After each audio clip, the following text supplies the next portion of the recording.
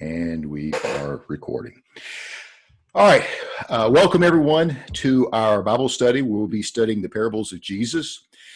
Maybe a little different than what you get in a homily, like with Father McClarty or anyone else. Hopefully, we'll get into a little bit deeper dive into some of these parables. Sometimes they'll cross over. Sometimes we'll have this Bible study and we'll be studying a parable that may be covered in a homily. Same day, maybe not. But it still will be good because I'm hoping that as a result of this class, we get a better appreciation for the parables as we're taught, but also that we get a truer understanding of the message that was being given to this parable. Because if you come from a certain background, maybe you grew up Episcopalian, maybe you grew up in a evangelical background, maybe you didn't have any type of religious background to begin with, parables will still speak to you. Even if you are a person that does not practice the Christian faith, the parable still has a message for you. And hopefully, as we have this Bible study, this adult education, Christian education, you'll find the parables speaking to you as well. A couple of things, and I've got my screen up here, so you should be able to see it. We want to keep in mind as we study the parables. The first thing is the lessons of the parable depends upon who hears them, and some parables were not meant to be easily understood. In Matthew, for example, Jesus talks to the apostles, and they're asking them, well, what does this parable mean that you gave us? And he said, the reason I speak to them in parables is that seeing they do not perceive, and hearing they do not listen, nor do they understand. Basically, what Jesus was saying was, you know what? I want to have people think about this. I don't want to give them the easy answer. And in fact, except for a couple of parables in the Gospels, Jesus doesn't explain what his parable means to even his apostles. He's expecting them to develop truth and understanding on their own. So that's something to keep in mind, that if you don't quite get it at first, or your perception or your interpretation is different than somebody else's, that's okay. That's quite all right. Jesus anticipated that. That's why he didn't explain it, and he didn't want to explain it, as I believe. Another thing to keep in mind with this, Jesus was speaking as a Jew to a Jewish audience. Now, this isn't earth-shattering, but I have had discussions with Christians and other people that's not something that is just necessarily evident or they don't think about. Jesus came, he said, I've not come to abolish the law or the prophets, I came to fulfill them. He was a Jew. He was a practicing proponent of Judaism. Now, he may have offered something after his death that we now have as Christianity, but Jesus was a Jew, and he was speaking to a Jewish audience. He did not minister to Gentiles. He did not minister to other races or other countries or other nationalities. So it's important when we study parables to keep that in mind, that his audience was targeted. So their perspective of what he was saying may be a little different than ours. And in fact, I would encourage people to basically not even think of the parable in terms of Christianity at first. We may have heard them all. Growing up, especially if you grew up going to church, you may have heard these parables time and time again. And they may, hey, I know what this parable is talking about. Try, as Yoda said, to unlearn. Let's try to forget about what we're taught as Christians, the parable means, and let's try to learn anew what maybe Jesus was speaking about when he gave a parable. Also, the imagery evoked may change over the millennia. Basically, I'll give you an example. In Matthew 10:14, when Jesus spoke to his apostles, and they were supposed to go and preach the word, he told them, if anyone will not welcome you or listen to your words, shake off the dust from your feet as you leave that house or town. Now, you may do that. I don't know of anybody that actually, when they leave a house or they leave, say, Brookhaven going to Monticello, or leave Jackson coming home or whatever, to stop by the side of the road and take their shoes and beat them and knock the dust off. That was a cultural thing. That was in fact, back then, pious Jews would do that, leaving Gentile towns, so that they would demonstrate that they do not hold the customs of that town, that they are Jews. And by shaking off the dust, you're shaking off the culture of that Gentile town. Well, that's a cultural thing that may be in the parable that we don't practice as much. So that's going to be a little bit tricky sometimes, that we've got to think about, okay, what is it saying and how do we relate it to us? Because their perspective would be totally different. And finally, keep in mind, the Gospels are not a first-hand account of what was going on during the life of Christ. First, Jesus didn't write anything. We have no record of anything he ever wrote. If we have it, it's hidden well, because nobody has been able to say, this is definitively the writings of Christ. So we're having to rely on other people's writings about what he said. Second thing, most of these Gospels were written 50 plus years after Jesus. So it'd be the same thing as, say, at the year 2100, somebody wanted to come back and write about the events of today. It could be done, could be tricky. And finally, there's possible editorializing. Keep in mind, Aramaic, Greek, Hebrew, Latin to English, the monasteries, the monks, the transcribers, there's always that possibility of a personal belief of whoever is writing or whoever is translating or whoever is transcribing to put their own thoughts in there. So when we read or we study a parable, we need to also keep that in mind as well, that possibly what we're reading may be a little bit flavored there and may not really be what was intended first. Could be. Just keep that in mind. Any questions or comments before we go forward? Because I can talk a lot, and I apologize. Any comments? If not, okay. No problem. What we're going to do then is we're going to move to today's parable. And this parable is found in all three of the synoptic gospels. Matthew 13, 3 through 8, verses 18 to 23, Mark chapter 4, verses 3 through 8 and 14 through 20, and Luke chapter 8, verses 5 through 8 and 11 through 15. And it's known by many as the parable of the types of soil. The reason I like to start with this one is because this is one of the few that Jesus actually said, you know what, I'm going to explain it to you. Apostles, you don't know what I'm talking about. Let me help guide you. This showing Jesus as a teacher, that he's saying, hey, this is what it says. This is what it means. So I'm going to read it, and then we're going to talk about it. And he told them many things in parables, saying, listen, a sower went out to sow. And as he sowed, some seeds fell on the path, and the birds came and ate them up. Other seeds fell on rocky ground, where they did not have much soil, and they sprang up quickly, since they had no depth of soil. But when the sun rose, they were scorched, and since they had no root, they withered away. Other seeds fell among thorns, and the thorns grew up and choked them. Other seeds fell on good soil and brought forth grain, some 100-fold, some 60, and some 30. Then the apostles, of course, in the skipping, asked, well, what does this mean? Verse 18, hear the parable of the sower. When anyone hears the word of the kingdom and does not understand it, the evil one comes and snatches away what is sown in the heart. This is what was sown on the path. As for what was sown on rocky ground, this is the one who hears the word and immediately receives it with joy. Yet such a person has no root, but endures only for a while. And when trouble or persecution arises on account of the word, that person immediately falls away. As for what was sown among the thorns, this is the one who hears the word, but the cares of the world and the lure of wealth choke the word, and it yields nothing. But as for what was sown on good soil, this is the one who hears the word and understands it, and who indeed bears fruit and yields, in one case 100-fold, in another 60, and in another 30. Okay, so we have this parable that Jesus has given.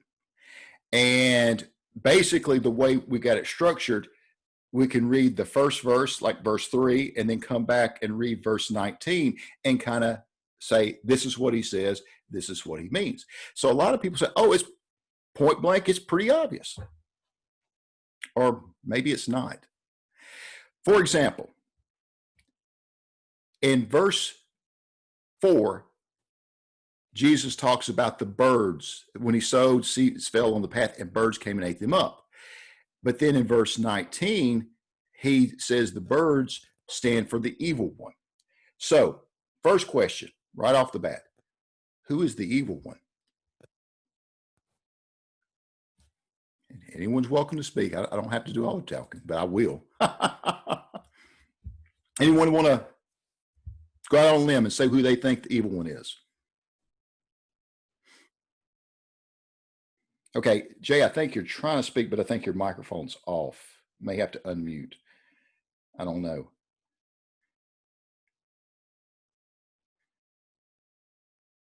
Maybe you're not trying to speak. I apologize. Satan. Okay. Very common. Satan. Anybody disagree that they're talking about Satan? You can. There's nothing wrong with being disagree with a thought. Okay. As Christians, you're right. We are taught, or we are led to believe that it's talking about Satan. Here's the interesting thing. The concept of Satan to Jews in Judaism is totally different than our concept today. For example, in the early Jewish writings, the Torah, sometimes it's called the first temple. I'm losing my first temple writings before the divided kingdom and all that. Satan, the actual term of Satan referred to a adversary or opponent in a martial or judicial setting. Not a contestant like in an athletic event, but someone you're trying to defeat on the field of battle or in a courtroom. Not evil, not the prince of darkness that we think of, but just simply an opponent that we want to overcome. Then by the time of Job, Satan has evolved into a trickster of sorts. Much like other cultures and other world religions, Satan was a stumbling block, a person who tried to trick Jews and the Hebrew people out of their walk, their path to righteousness. Example of Job. You don't see God and Satan having a conversation as adversaries that we think of with Armageddon in the end of times. It was a situation much like, okay, God, I'm going to see if I can trick up Job. Would you let me? Sure, go ahead, knock yourself out. So we don't have a pitchfork imagery there. Then later on, with the influence of the Persians, with the captivity of Israel and Judea, we have now introduced the idea of demons and these spiritual beings that really didn't exist with this idea of Satan. That was an influence of captivity, the second temple, if you will. So it wasn't until late, if you look in the Old Testament, later in the Old Testament, but towards their occupation and returning back to Israel to build the second temple, that this concept of demonology exists much with the Hebrew people. It may already exist somewhat, but it really starts taking hold after that. But the idea of Satan being the prince of darkness, being this person who walks the earth looking who he could devour and is going to take souls and to hell with him, that is more of a Christian view, especially after the Middle Ages. With the death, the Black Plague, the Dark Ages, the lack of knowledge and understanding and the fear of all these diseases that are wiping people out. So having said that, if we say the evil one comes, that's Satan, which version of Satan do we think Jesus is talking about? Anybody want to venture? The adversary. Okay, the adversary. Because he doesn't ever say Satan. He just says the evil one. And when he comes and snatches away what is sown in the heart, what was snatched away?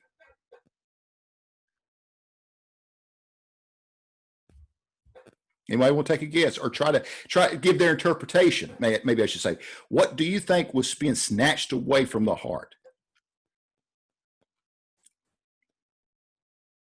It's not okay. It's not. I'm not trying to trick anybody or do anything. This is part of the parable. It's to make you think. What is it actually? Since we've already established that we're not probably talking about a hellfire and brimstone demonic entity of Satan, an adversary. What is the adversary trying to take away from the hearer or the person that's being sown in the heart? Some would say truth. Knowledge. Knowledge, very good. I like that. Knowledge, truth. Remember, they didn't have the gospel. They didn't have the writings of Jesus. They just were listening to Jesus talk as a Jew about the law. So I have always looked at this to say, you know what? This is about truth. And if you look at what Jesus' message was, it was love thy neighbor. And we're going to refer back to that a lot, that Jesus constantly talked about loving each other. And that is, upon that is the law of the prophets. So here we have when someone hears the word of the kingdom, didn't say the gospel, didn't say the Christian good news. He said the word of the kingdom and does not understand it. The evil one comes and snatches away what is sown in the heart.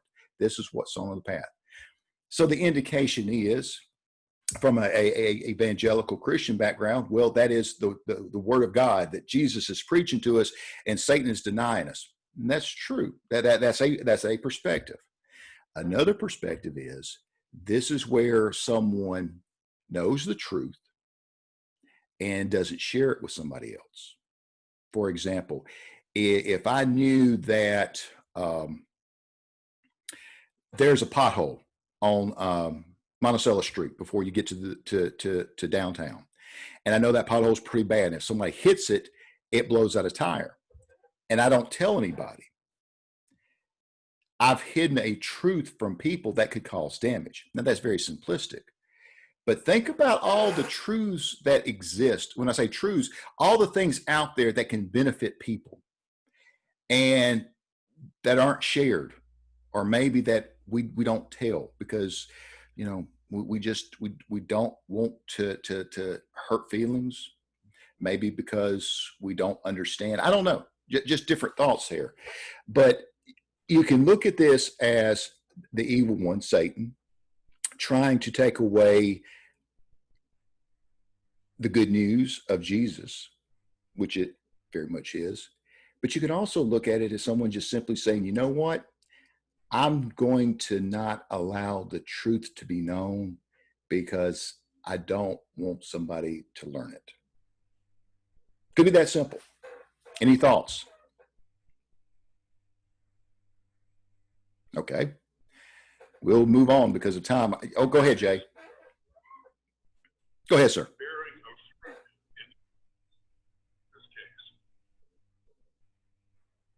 I'm sorry, say it again. I didn't quite pick you up. Okay. What would be the meaning of the line, understands that with seed bears fruit and yields? So if truth is what's missing, how does truth bear fruit? Okay, that's a good question. He talks about in verse 8, other seeds fell on good soil and brought forth grain, some 100-fold, some 60, some 30. And then Jesus explains it for what is sown on good soil. This is the one who hears the word and understands it, who indeed bears fruit and yields, in one case 100-fold, another 60, another 30. This is my look at it, and I would love to hear somebody else's. Basically, this kind of goes along with the talents that Jesus will talk about later in the Gospels and that we've referred to, that you can't hold yourself up to somebody else's standard. If you're able to do a little bit, and good fruit will grow from it. If you're able to do a lot, do a lot. I think that Jesus is basically telling the apostles, don't worry if somebody else looks like they're doing a whole lot more than you are. That's not the point.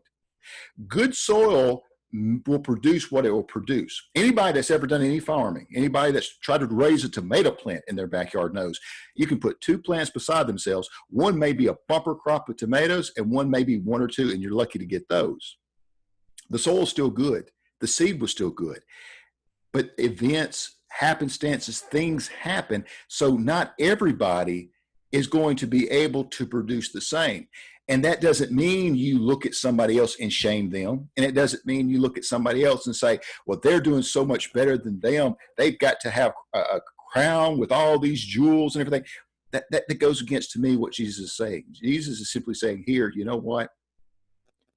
When the seed lands and the soil's good, it's going to produce what it produces. And if it's a whole bunch, it's a whole bunch. And if it's a little bit, it's a little bit. As long as it produces, that's what's important. So in the idea of love, we're all going to make mistakes. We're not going to be perfect. We're going to stumble. But I take this to be that what Jesus is saying is, you know what? If you've taken this message to heart and you're really trying to do these things, the fruit will be there. And don't worry about how much fruit it is. Just worry about keeping that garden tilled. And that's how I look at it. Now, if anybody has a different perspective, please feel free to share. Kimmy, looks like you're trying to say something, but you're muted. Well, it kind of goes along. It makes me think about education. We try to do all this stuff for the kids, but we try to hold everybody accountable to making, let's say, 100%. Mm-hmm. Some of them, they can just do what they can do as long as they're trying. Good point. That's a very good point. Anybody else? Any other thoughts on that verse? All right, another thought I want to talk about. The rocky ground. The seed, verse 5, the seeds fell on rocky ground where they would not have much soil, and they sprang up quickly since they had no depth of soil. But then the sun rose, and they were scorched, and since they had no root, and they withered away. Okay. Different interpretations. Of course, a Christian background says, well, that's people that hear the word, and they get fired up for Jesus. And then they don't go to church anymore, or they don't study, or they don't continue in the walk, and then they just fizzle out. That's what I was raised to believe. And that's a valid interpretation from a Christian perspective. But here's another perspective, that this is a person that hears the truth, accepts, okay, that's truth. I understand it. That's real good. Then they're confronted. They're challenged on it. Maybe they have friends that say, I don't agree with that. Or maybe they get on social media and they mess up and go to a group that, no, I disagree with that. Or they're in a conversation with coworkers and they really get pounded. They don't feel comfortable enough or know enough. So as a result, they say, you know what? I thought I knew the truth, but y'all hit me with some stuff I don't understand. So I throw my hands up. And that's what I think Jesus was warning about is, don't just say, oh, that sounds good, and be done with it. Continue to develop, continue to study, read voraciously. Basically, if it takes hold, but you don't cultivate the soil, eventually it dies. And that's what I think the message of this verse was. Any other thoughts? All right, I'm hearing something. It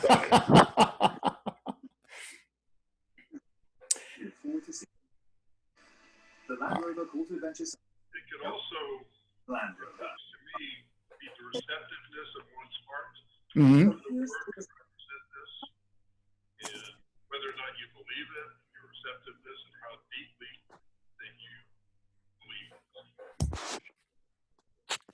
believe. You're correct. The receptiveness, how well you're willing to accept the word, and that's 100%. And again, we look at these verses, we are going to take something a little bit different away from it, and that's a good thing, because we all walk a different path. For example, if we're trying to get to Jackson, Mississippi, but one person's coming from Brookhaven, one's coming from Tupelo, one's coming from South Haven, one's coming from Mobile, one's coming from Vicksburg, we're all going to take different paths to get to the same point. So, and that's what I think Jesus was trying to tell in his parables. I'm fixing to give you a different roadmap based on who you are, and see if you can get where you need to be. The receptiveness, definitely. I 100% agree with that. And then the last verse, other seeds fell among thorns, and the thorns grew up and choked them. And Jesus says, as for those sown among thorns in verse 22, this is the one who hears the word, but the cares of the world and the lure of wealth choke the word, and it yields nothing. Give you a perspective, then I want to hear yours. This to me always came across as I call the prosperity gospel people. Ray Stevens, great country comedian, used to have a song, "Would Jesus wear a Rolex on his television show?" This is who I think he's talking about. The people that know the truth is planted, but because the being liked, being loved, being endowed with wealth and fame and honor, it takes away from the truth of what you know, and it chokes it. Jesus didn't say it didn't grow, because it did grow. It grew among thorns, and the thorns are choking it away. And the idea to me is that, we've got to be careful that we know the truth, but use the truth to benefit us and not to benefit others. As he's accused in other places of Pharisees and other legalists of the Jewish law, that they were adherents to the law of the letter, but not the spirit. Any thoughts?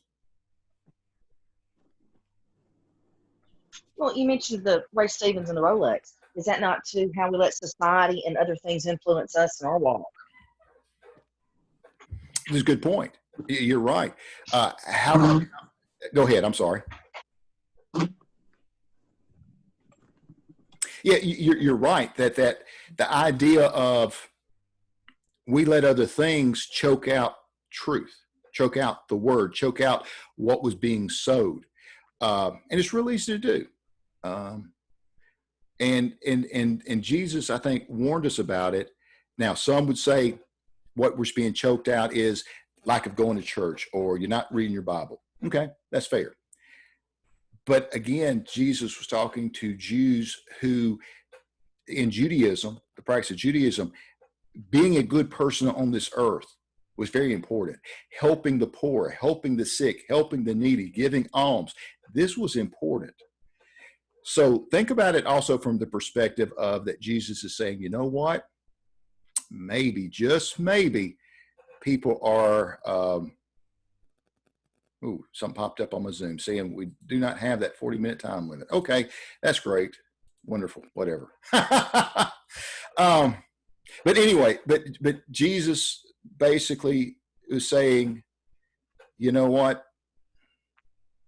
And to me, don't let other things stop you from doing what you know you're supposed to be doing. And I guess that goes along with what Kim was saying, our walk. That's always the tough thing about Christianity, is that Jesus was very simple on what he told us. He gave us a lot of different explanations on how to do it, of what it means to be, but it was real simple. It was to do good to each other. And I think in this parable, what Jesus was doing is simply saying, you know what? There are ways to go about it, and there's outcomes that you're going to like.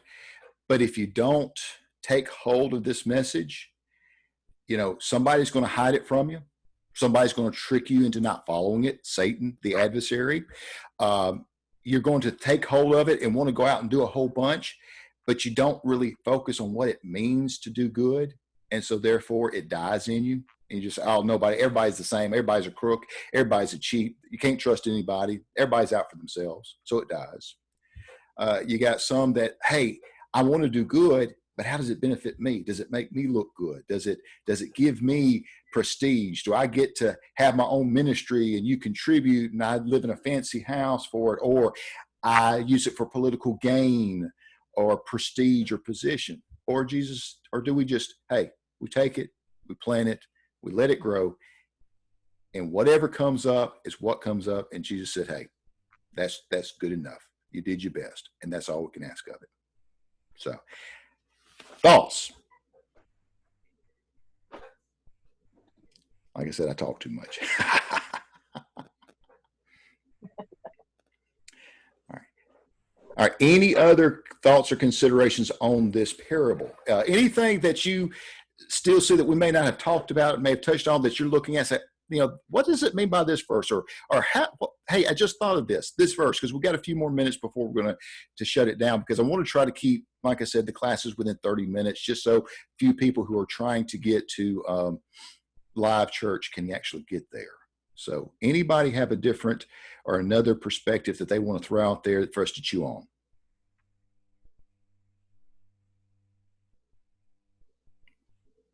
Not really on this parable itself, but you mentioned, the evil one being a trickster of sorts. Mm-hmm. That would really go along with Eve.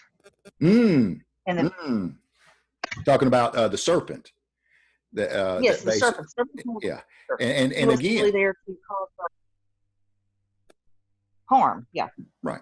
And that's interesting, because if you're raised in a going to church, we always associated the serpent with Satan, even though it's never said that. We just associate it. But if you look at Satan as a trickster of the time, and again, the Old Testament, it was also not written as it happened. It was written hundreds and hundreds of years after the events happened. And even then, you can't always take the Old Testament as a word for word, actual truth, line by line document. For example, creation. Most people, even those that practice Judaism, do not look at the story of creation as an actual 6-day event and that was it. It was a story to describe how the earth was created, but it was filled with imagery and allegory and was not meant to be taken exactly as written. Now, some do, and that's okay. I'm not going to fault you for that. But then when you look at, like Kimmy said, you look at the snake as Satan, as the serpent who tricked Eve. There was no harm, didn't kill, didn't take them to hell, didn't cast their souls into eternal darkness. It was just, you were told to do something, and I tricked you into not doing it. So that was an excellent point in reference to that. All right. Anything else before we wind this up? Because, like I said, I'm trying to keep it within a certain time frame.